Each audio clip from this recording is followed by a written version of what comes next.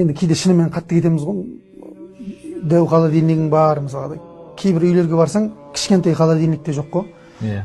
Мен бір оқиғаны айтайын, енді өзіміз жақта болған, осы елде болған кезімде бір кісіге зекет беретін болып бардық та. Сонда көп бала шағасы бар, жесір әйел екен. Үйіне бардық, үйіне барған кезде балалар жүгіріп шықты, алдынан жаңағы зекетін беріп жатыр. Зекеттен бөлек андай подарка нелер апарған, сыйлықтар, соларды беріп жатыр. Сонда сіздер мешіттен келіп тұрсыздар ма дейді да.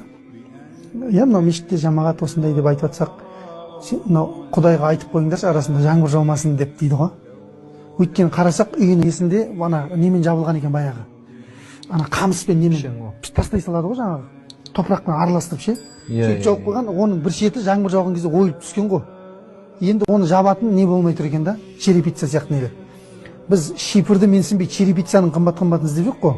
Ана жақта не то что черепица, шипырға мұқтаж болып жатқандар бар екен да. Соны көрген кезде мына имам Абу-Лайстың жаңағы сөзі күшті да адамға.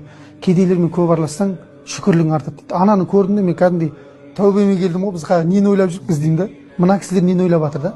Жаңбыр жаумаса екен дейді. Өйткені үйге төгіл, анау құйған сайын несін үлкейтіп жатыр да, жаңағы апаның жоғарғы тесігін ше. Жардың бәрі андай болып кеткен, батпақ ағып. Енді Алла Тағала жеңілдік берсін, бірақ дегенмен жақсы айтқан ол кісі.